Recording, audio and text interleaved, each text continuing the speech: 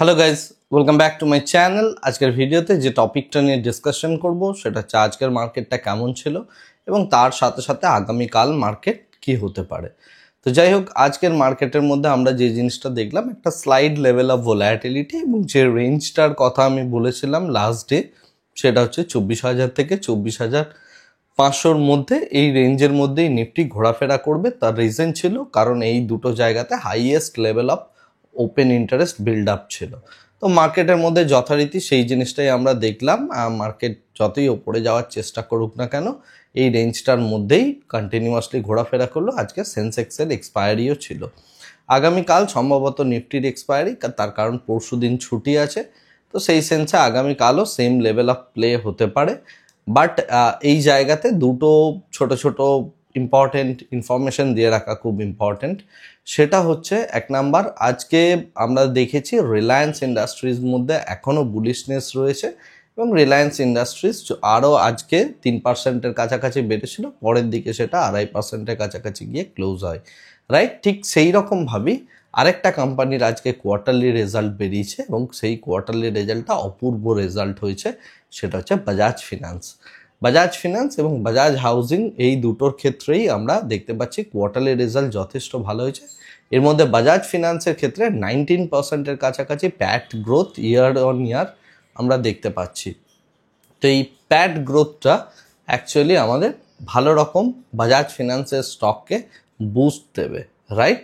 এবং সেই সেন্সে যদি দেখতে যাওয়া হয়, বাজাজ ফিনান্স আরও কয়েকটা জিনিস অ্যানাউন্স করেছে। একটা হচ্ছে তারা 12 টাকা করে ডিভিডেন্ড ঘোষণা করেছে পার শেয়ার। এর সাথে সাথে 4:1 এই রেশিওতে একটা করে বোনাস শেয়ার ইস্যু করা হবে এবং পরে এরা শেয়ার স্প্লিটিংয়ের দিকেও যাচ্ছে, সম্ভবত 2:1-এ শেয়ার স্প্লিটও করা হবে। তো সমস্ত যতগুলো জিনিস শেয়ার বাজারে হয় সব কিছুই আমরা এবার বাজাজ ফিনান্সের মধ্যে দেখতে পাবো এবং সেই কারণে স্টকটা এরপর নিউজেও থাকবে এবং স্টকটার সেন্টিমেন্ট যথেষ্ট ভালো থাকবে। লাস্ট 2 মাস ধরে আমরা যদি দেখি বাজাজ ফিনান্স কিন্তু ভালো পজিশনে রয়েছে এবং সেটা আপনি যদি আমার RS মডেল ফলো করে থাকেন তাহলে সেখান থেকেও খুব ভালো রকম অনেক কাল আগেই বাজাজ ফিনান্সের স্টক উঠে এসেছিল সেই মডেলটা থেকে। যাই হোক, তো বিষয়টা হচ্ছে যে বাজাজ ফিনান্সের মধ্যে আমরা এরপর বুলিশনেস দেখতে পাবো, মানে যে বুলিশনেসটা দেখলাম তারপরে আরও দেখতে পাবো এবং তার সাথে সাথে এই অ্যাডেড অ্যাডভান্টেজগুলো থাকার জন্য বাজাজ ফিনান্স কিন্তু এরপর নিউজে থাকবে এবং টক অফ দ্য টাউন হতে চলেছে। যাই হোক, এরপরে যে কথাটা বলবো সেটা হচ্ছে আমাদের মার্কেট নিয়ে। আমাদের মার্কেটের F&O মার্কেটটাকে সেবি ডিসাইড করেছে যে 24 ঘন্টা খোলা রাখার কথা। আমরা যদি পৃথিবীর অন্যান্য বিভিন্ন মার্কেটের দিকে তাকাই যেগুলো খুব পুরনো মার্কেট, আমি এক্সাম্পল হিসাবে নিচ্ছি শিকাগো মার্চেন্টাইল এক্সচেঞ্জ যেটা আছে। তো শিকাগো এক্সচেঞ্জের কথা যদি আমরা নিই, 250 বছরের পুরনো স্টক মার্কেটের এক্সচেঞ্জ বলা যেতে পারে। তো সেক্ষেত্রে সেই মার্কেটটা তাদের ফিউচার কিন্তু ওপেন থাকে 24 ঘন্টা, যাতে করে মার্কেটের মধ্যে কোনো শকিং নিউজ এলে বা কোনো ইউফোরিক নিউজ এলে ট্রেডাররা পজিশন বানাতে পারে। ঠিক একইভাবে এরপর থেকে সেবি একটা ডিসিশনস নিচ্ছে যে আমাদের যে F&O মার্কেট আছে বিশেষ করে ফিউচার, তাকে মোটামুটিভাবে 24 ঘন্টা খুলে রাখার একটা পরিকল্পনা সেবি করছে। তার কারণ হচ্ছে এই যে বিভিন্ন রকমের মার্কেট ভোলাটিলিটি বা উইকেন্ডের মধ্যে মার্কেটের মধ্যে প্রচুর নিউজ আসছে বা আফটার মার্কেট কোনো কোম্পানির রেজাল্ট আউট হলো ইত্যাদি বিভিন্ন রকম যে আফটার মার্কেট ঘটে, সেই সময়ে যারা ট্রেডার আছে তারা অ্যাটলিস্ট নিজের পজিশন যেন হেজ করতে পারে। তো সেই হেজিং পারপাসের জন্যই বা ফ্রেশ বেট ফিউচার এবং অপশনে দেওয়ার জন্য সেবি এই প্ল্যানিংটা করছে যে 24 ঘন্টা এরপর থেকে আমাদের F&O মার্কেট কিন্তু খোলা থাকবে। তো এটা একদিক থেকে আমাদের যে মার্কেট মানে শেয়ার বাজার, সেই শেয়ার বাজারকে একটা স্ট্রেন দেবে। তার কারণ হচ্ছে যে মার্কেটের বিভিন্ন রকমের ডাইনামিক্স হয়। যেমন হচ্ছে যে কোনো একটা মার্কেটকে যদি আপনি সঠিকভাবে নিয়ন্ত্রণ করতে চান, F&O প্রোডাক্ট সেখানে রাখতে হয়, তবে ইনভেস্টমেন্ট আসে। এখন 24 ঘন্টা যদি আপনি F&O মার্কেট খোলা রাখেন তাহলে আপনার দেশের বাইরে বিদেশি বিনিয়োগ অনেক বেশি বাড়বে, কারণ এখানে হেজিং অপরচুনিটিসগুলো থাকছে।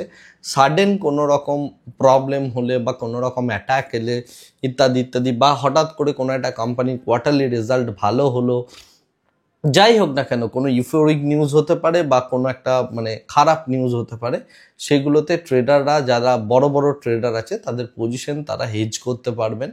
সেই জায়গা থেকেই অ্যাকচুয়ালি এই জিনিসটা বানানো এবং এই থটটা, এবং তার উপরে সেবি কাজ করছে। সম্ভবত আগামী 6 মাসের মধ্যে এফএনও মার্কেট মোটামুটি 24 ঘন্টা খোলা থাকবে বলেই আমার মনে হয়।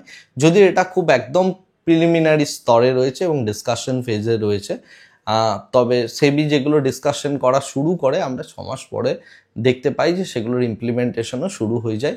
এর কনসালটেশন পেপার যেদিন রিলিজ হবে আপনি মোটামুটি শিওর থাকবেন যে তার 3 মাসের মধ্যেই ব্যাপারটা হতে চলেছে। যাই হোক, আজকের মার্কেটের জন্য এই আপডেটগুলোই ছিল। আগামীকাল মার্কেটের মধ্যে আমরা সেম লেভেল অফ প্লেটা দেখতে পাবো, অর্থাৎ মার্কেটে এরকম রেঞ্জ বাউন্ড জায়গাটাই থাকা উচিত।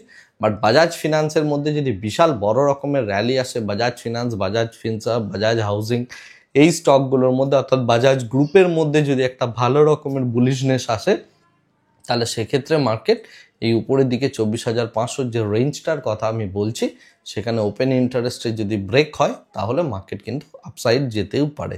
যাই হোক, সেটা দেখা যাবে হচ্ছে আগামীকাল মার্কেটে কীরকম ডায়নামিক্স হচ্ছে, আপসাইড যাবে না ডাউন সাইড যাবে ইত্যাদি ইত্যাদি। আমি আর ডিটেলসে কিছু বলছি না।